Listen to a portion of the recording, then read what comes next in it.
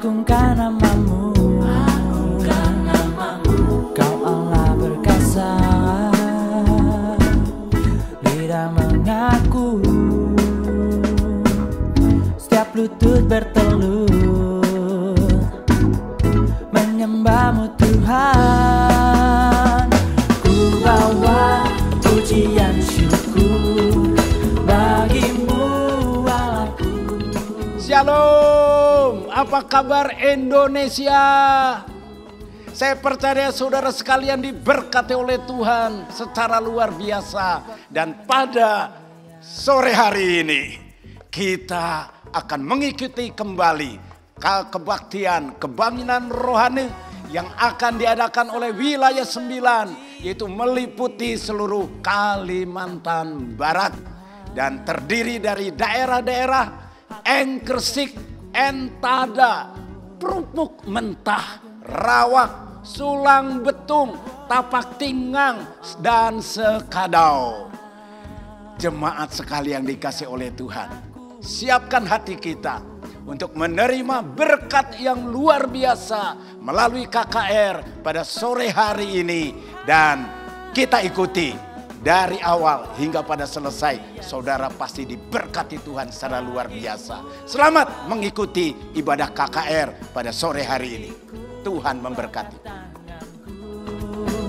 Muliakan Yesus Tuhan, buat namanya mulia. Shalom, salam damai sejahtera dalam kasih Tuhan Yesus Kristus.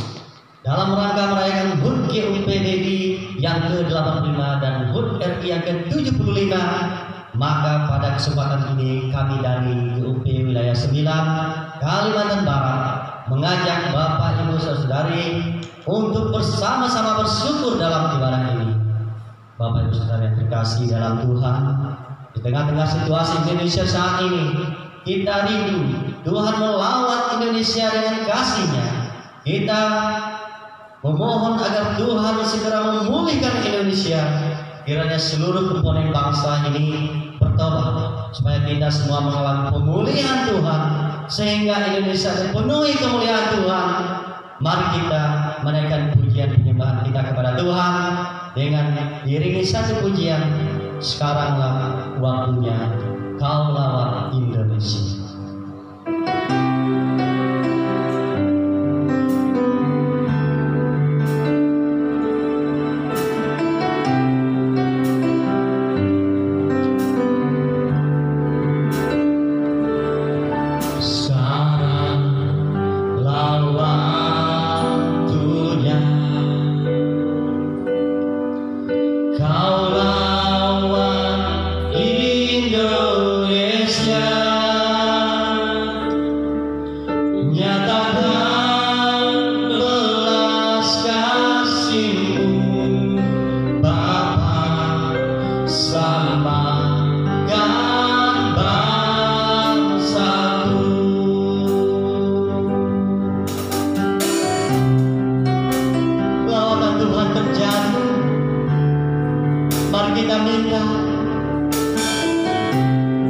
Curahkan Tuhan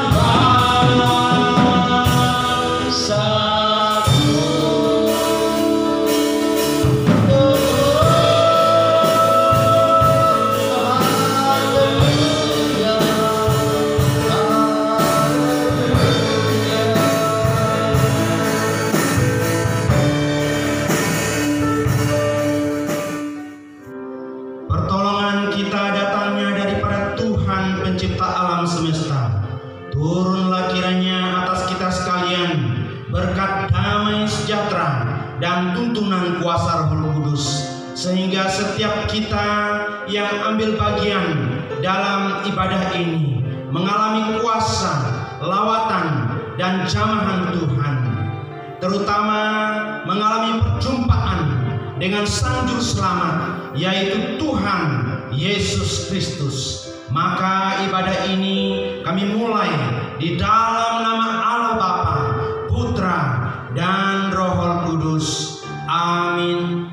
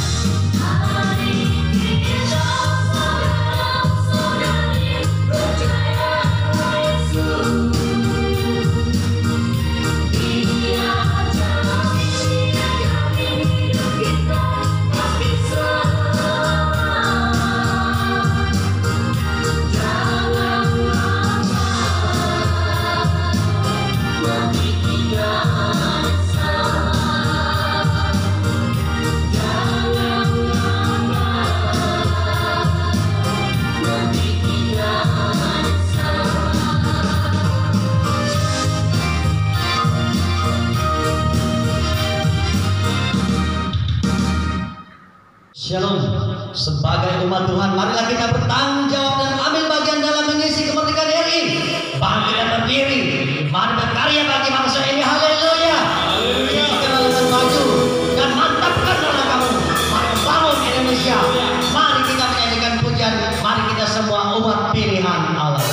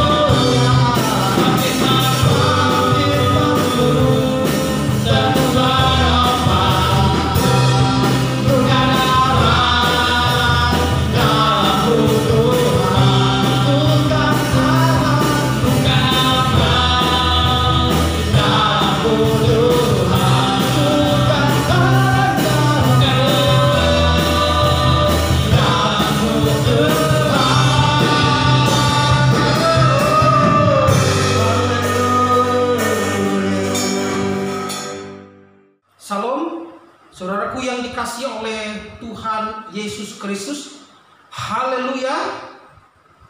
Tema renungan kita saat ini yaitu diselamatkan karena anugerah.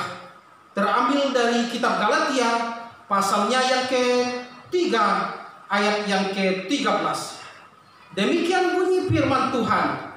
Kristus telah menebus kita dari kutuk hukum Taurat dengan jalan menjadi kutuk karena kita.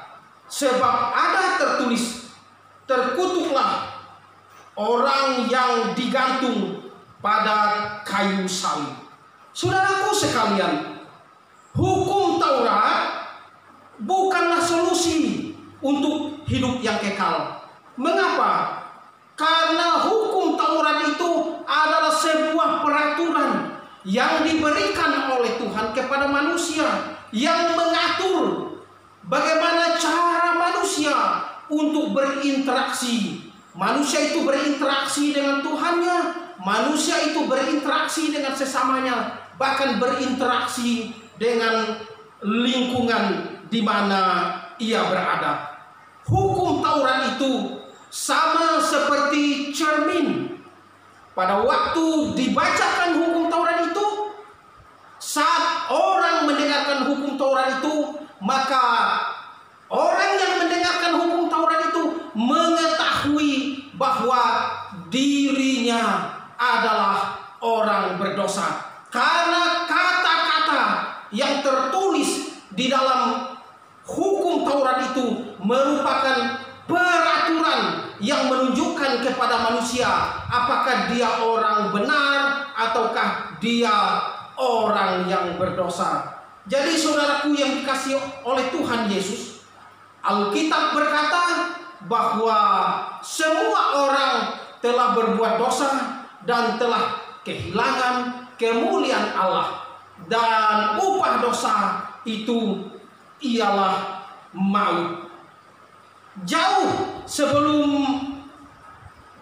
hukum Taurat itu ditulis oleh Nabi Musa, Allah itu telah memberikan suara hati atau heart desire kepada manusia, untuk manusia itu dapat mengetahui mana yang baik, mana yang jahat, mana yang berkenan kepada Tuhan, dan apa yang harus dilakukan oleh manusia di dalam kehidupannya. Pengorbanan darah binatang di dalam perjanjian lama itu merupakan tipologi kedatangan Tuhan Yesus Kristus yang sempurna. Karena pengorbanan darah binatang tidak bisa untuk menyelamatkan manusia. Hal kerajaan surga bukanlah terdiri dari makanan atau minuman. Oleh karena itu saudaraku, bahwa tidak ada orang yang diselamatkan karena mempersembahkan korban binatang kepada Tuhan. Bapak Abraham di dalam Alkitab dikatakan diselamatkan bukan karena dia mempersembahkan korban binatang itu, tetapi karena dia beriman kepada Tuhan. Jadi saudaraku yang dikasihi oleh Tuhan Yesus, Kristus telah datang ke dalam dunia untuk menggenapi nubuatan para nabi. Di dalam kitab Kejadian pasal 3 ayat 15 dikatakan bahwa keturunan seorang perempuan itu, yaitu Hawa, yang akan meremukkan kepala ular. Ular itu yaitu setan. Keturunan Hawa itu adalah Yesus Kristus yang datang ke dalam dunia meremukkan kepala ular, yaitu setan, dan mengalahkannya. Jadi setiap orang yang percaya kepada Tuhan Yesus tidak binasa. Setan sudah dikalahkan oleh Tuhan Yesus di kayu salib. Jadi Kristus satu-satunya juru selamat dunia. Saudaraku sekalian, kitab Efesus pasal 2 ayat 8-9 berkata, Karena kasih karunia, kamu atau kita sekalian diselamatkan oleh iman. Itu bukan hasil usahamu, tetapi merupakan pemberian atau merupakan anugerah Allah. Keselamatan itu anugerah Allah, bukan karena kita mampu menyelamatkan diri, tetapi itu semua karena diberi oleh Tuhan. Karena kita tidak mampu menyelamatkan diri kita, maka karena kebaikan Tuhan, maka Dia turun dari surga ke dalam dunia, datang untuk mencari dan menyelamatkan kita, orang yang hilang, orang yang berdosa. Itu artinya bahwa keselamatan itu anugerah Tuhan semata-mata, bukan karena kebaikan atau bukan karena kita mampu melakukan yang berkenan kepada Tuhan. Saudaraku yang dikasihi oleh Tuhan, Kisah Rasul pasal 4 ayat 12, di sana firman Tuhan mengatakan, sebab di bawah kolong langit ini tidak ada nama lain yang diberikan kepada manusia yang olehnya manusia itu selamat, hanya nama Yesus yang diberikan oleh Allah kepada manusia.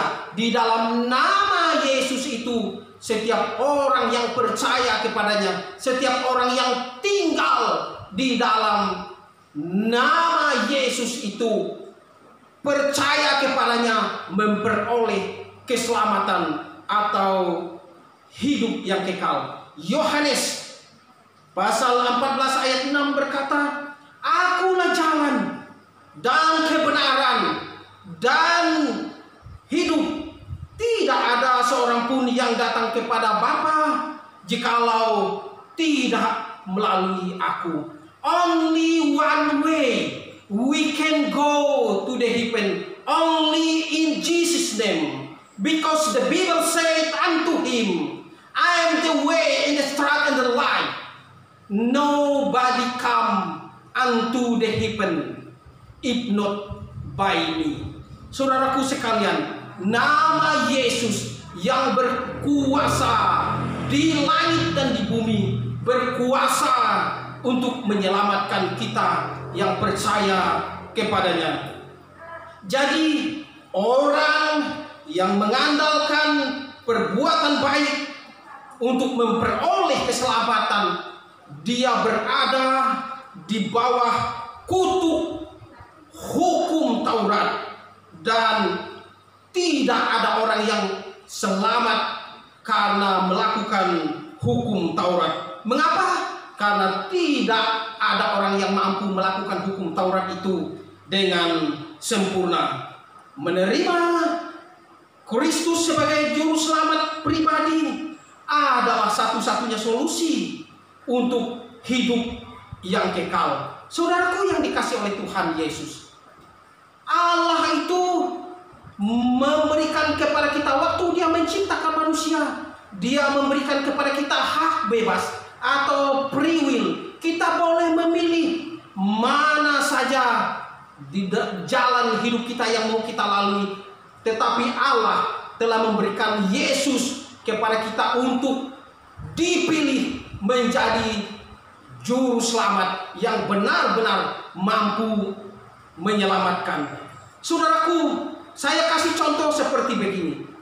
Jikalau di depan kita ada sebuah sungai yang mengalir, kita mengetahui bahwa saat kita haus, kalau kita pergi ke sungai itu, saat kita minum maka kita akan hilang haus kita. Tetapi kita tidak melakukan itu. Kita tidak mau pergi ke sungai dan kita tidak minum, maka haus kita tidak hilang. Begitu juga Tuhan telah memberikan Kristus kepada manusia, seluruh manusia. Tuhan telah memberikan Kristus. Kristus atau Yesus Kristus satu-satunya juru selamat telah diberikan kita. Siapakah orang yang memilih Yesus, itulah yang akan diselamatkan.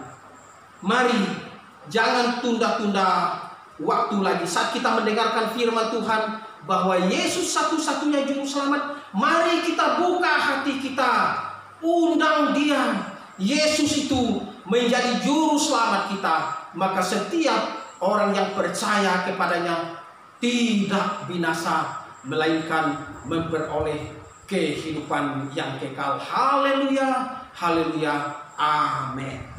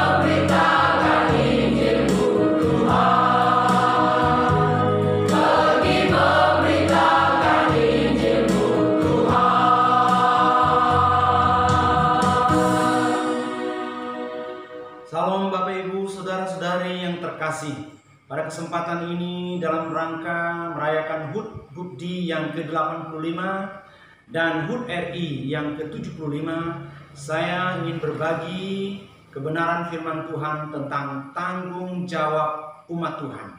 Apa itu tanggung jawab? Tanggung jawab adalah keadaan wajib menanggung atau memikul sesuatu, yaitu kesadaran manusia akan tingkah lakunya tentang perbuatan baik tepat seperti yang diharapkan orang lain sebagai syarat untuk menerima yang namanya hak. Bapak, Ibu, saudara-saudari yang terkasih, dalam kehidupan ini setiap kita memiliki tanggung jawab masing-masing. Ada tanggung jawab sebagai anak, ada tanggung jawab sebagai orang tua, ada tanggung jawab sebagai karyawan, ada tanggung jawab sebagai pimpinan, dan lain sebagainya. Demikian juga kita sebagai umat Tuhan, kita punya tanggung jawab. Kepada siapakah kita harus bertanggung jawab? Yang pertama, kita bertanggung jawab kepada Tuhan, dan yang kedua, kita bertanggung jawab kepada sesama manusia ciptaan Tuhan. Bapak, Ibu, saudara-saudari yang terkasih, tanggung jawab umat Tuhan yang pertama adalah mengasihi Allah. Injil Markus pasal yang ke-12 ayat yang ke-30 berbunyi demikian. Kasihilah Tuhan Allahmu dengan segenap hatimu, dan dengan segenap jiwamu, dan dengan segenap akal budimu, dan dengan segenap kekuatanmu. Kita harus mengerahkan seluruh potensi, kekuatan, kemampuan, dan akal budi kita atau pikiran kita dalam mengerahkan kasih dari hati, dari jiwa kita yang terdalam kepada Allah. Tidak boleh setengah-setengah, apalagi asal-asalan. Mengapa harus demikian?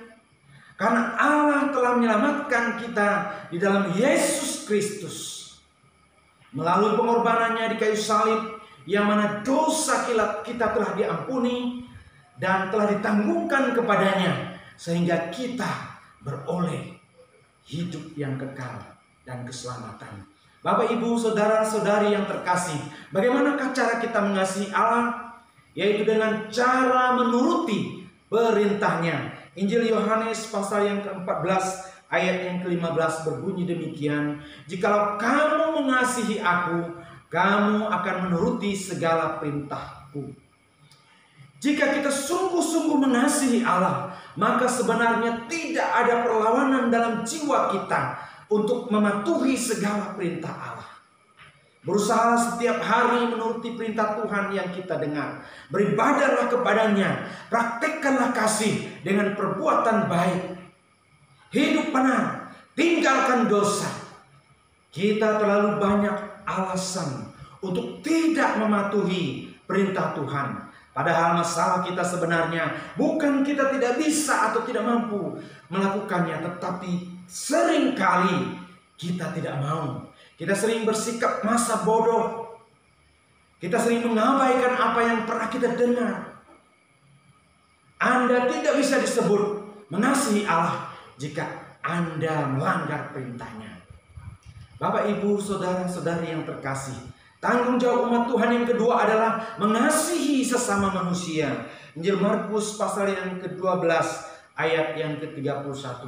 Dan hukum yang kedua ialah kasihilah sesamamu manusia seperti dirimu sendiri. Tidak ada hukum lain yang lebih utama daripada kedua hukum ini. Mengasihi sesama artinya tanpa pandang bulu. Siapapun, apapun sukunya, apapun agamanya, apapun warna kulitnya, bahkan musuh sekalipun, tetap harus kita kasihi. Kita tidak boleh saling menghina, saling mengejek, saling merendahkan. Kita semua adalah ciptaan Tuhan yang sama harkat dan martabatnya. Apapun status sosial kita, kita sama di mata Tuhan. Jika kita menghina dan mengejek serta merendahkan orang lain, maka sama halnya kita telah menghina Sang Penciptanya. Oleh karena itu, saudara-saudara, kita harus saling menghargai satu sama lain. Bapak, Ibu, saudara-saudari yang terkasih, bagaimanakah kita menunjukkan kasih kita kepada sesama? Suratan Efesus pasal 4 ayat yang kedua berbunyi demikian. Hendaklah kamu selalu rendah hati, lemah lembut, dan sabar. Tunjukkanlah kasihmu dalam hal saling membantu. Milikilah sikap rendah hati, jangan arogan. Bersikaplah lemah lembut dan sabarlah seorang terhadap yang lain. Jangan mudah marah dan emosi. Pengendalian diri atau self control adalah kunci hidup rukun antar sesama dan antar warga negara. Dengan demikian kita tidak akan pernah terjadi perpecahan, permusuhan, atau saling serang satu dengan yang lain. Bapak, Ibu, saudara-saudari yang terkasih, kita mungkin bisa memberi tanpa kasih, tapi kasih tidak bisa tanpa memberi. Buktikanlah kasih kepada sesama dengan berbagi. Berbagi tidak harus berupa materi. Berbagi bisa berupa tenaga, pikiran, nasihat, dan dorongan, serta memberi semangat kepada orang-orang yang sedang mengalami kesusahan dalam hidupnya. Berdoalah untuk sesama dan para pemimpin kita, karena ini adalah salah satu tanggung jawab orang percaya yang tidak boleh dilalaikan, namun sebaliknya harus dilakukan secara kontinu. Yakobus pasal 5 ayat yang ke-16. Bapak, Ibu, saudara-saudari yang terkasih, selanjutnya bagaimanakah kita menunjukkan kasih kita kepada sesama? Suratan Efesus pasal 4 ayat yang ke-32. Hendaklah kamu ramah seorang terhadap yang lain, penuh kasih mesra dan saling mengampuni, sebagaimana Allah dalam Kristus telah mengampunikan. Keramah tamahan dalam Alkitab berarti mengasihi orang yang tak dikenal. Keramah tamahan dapat membangun jembatan persahabatan dan membuat orang menjadi lebih nyaman daripada sekedar ucapan welcome atau selamat datang. Tuhan terlebih dahulu mengampuni kita orang berdosa. Bahkan Dia rela mati di kayu salib, menyerahkan nyawanya untuk kita. Harusnya kita juga mau mengampuni sesama tanpa syarat. Meskipun terasa sangat berat karena mungkin Anda telah tersakiti, Anda telah dikecewakan, Anda telah dipermalukan, dan lain sebagainya. Kerukunan, kedamaian, kenyamanan akan terjadi di tengah-tengah bangsa ini jika kita mudah memaafkan satu sama lain. Bapak, Ibu, saudara-saudari yang terkasih, marilah kita berusaha menunjukkan tanggung jawab kita sebagai umat Tuhan. Yang pertama, mengasihi Allah Sang Pencipta kita, dan yang kedua, mengasihi sesama kita manusia. Bertanggung jawablah juga sebagai warga negara yang taat hukum, berpartisipasi mengisi kemerdekaan RI yang ke-75 ini. Jadilah engkau pelopor perdamaian, sehingga seluruh elemen bangsa ini disatukan dalam bingkai NKRI yang berdasarkan Pancasila dan Undang-Undang Dasar 45. Amin. Tuhan memberkati kita semua. Dirgahayu Gubdi yang ke-85 dan Dirgahayu Republik Indonesiaku yang ke-75. Haleluya, haleluya. Baik jemaat yang dikasihi oleh Tuhan, saya yakin saudara telah diberkati secara luar biasa melalui pelayanan misi dan firman Tuhan yang telah disampaikan. Dan semua ini dapat berjalan karena dukungan daripada saudara, melalui doa saudara, dan melalui keterlibatan saudara dengan daya dan juga dengan dana. Karena itu khusus bagi saudara-saudara yang terbeban untuk mendukung pelayanan misi ini dengan dana, silakan saudara bisa transfer, yaitu melalui account daripada BCA untuk KKR misi ini yang terpampang di bawah ini. Tuhan Yesus memberkati. Setiap rupiah yang saudara telah persembahkan akan menjadi berkat, dan bisa jadi itu adalah jiwa-jiwa yang kita bisa persembahkan bagi Tuhan. Mari kita bersama-sama berdoa.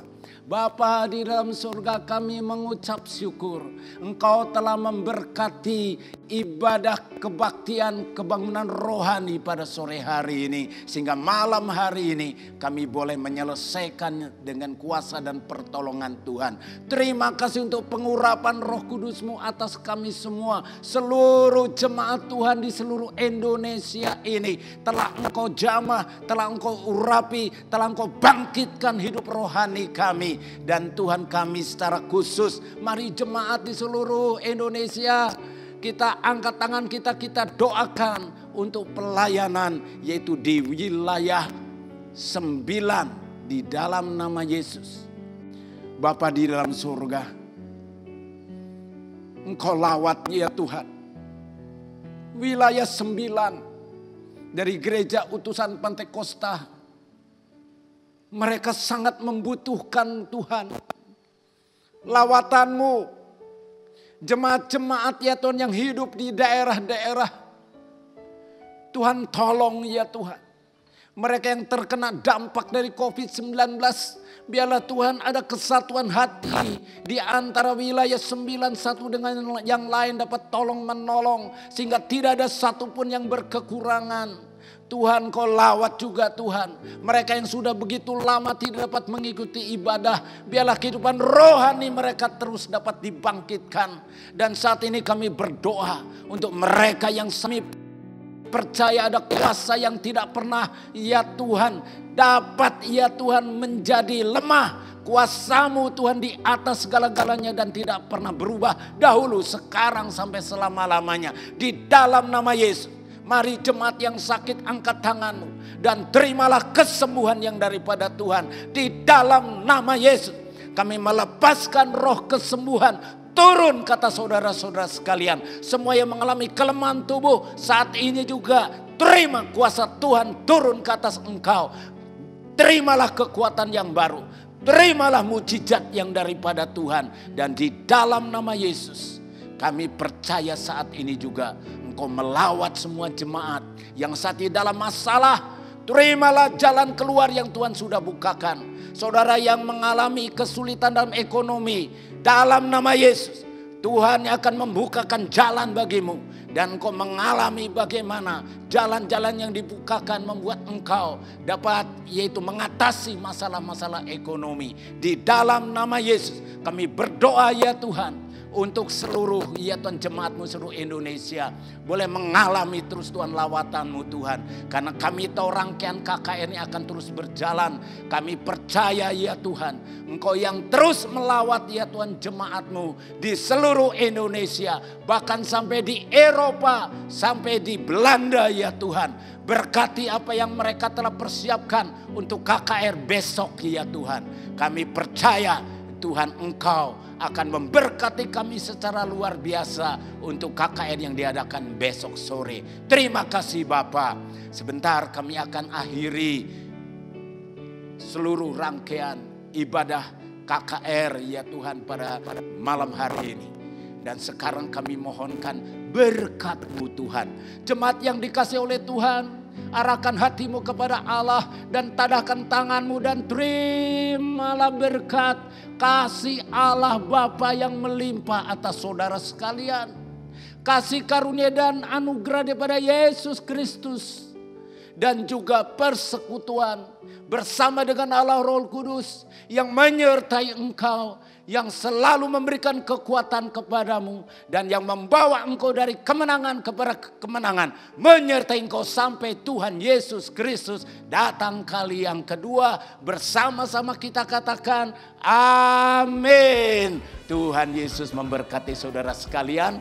Sampai bertemu dalam ibadah KKR besok sore yang akan dilayani yaitu oleh wilayah 13, yaitu saudara-saudara kita yang ada di Eropa dan juga di Belanda. Selamat malam, Tuhan Yesus memberkati. Tuhan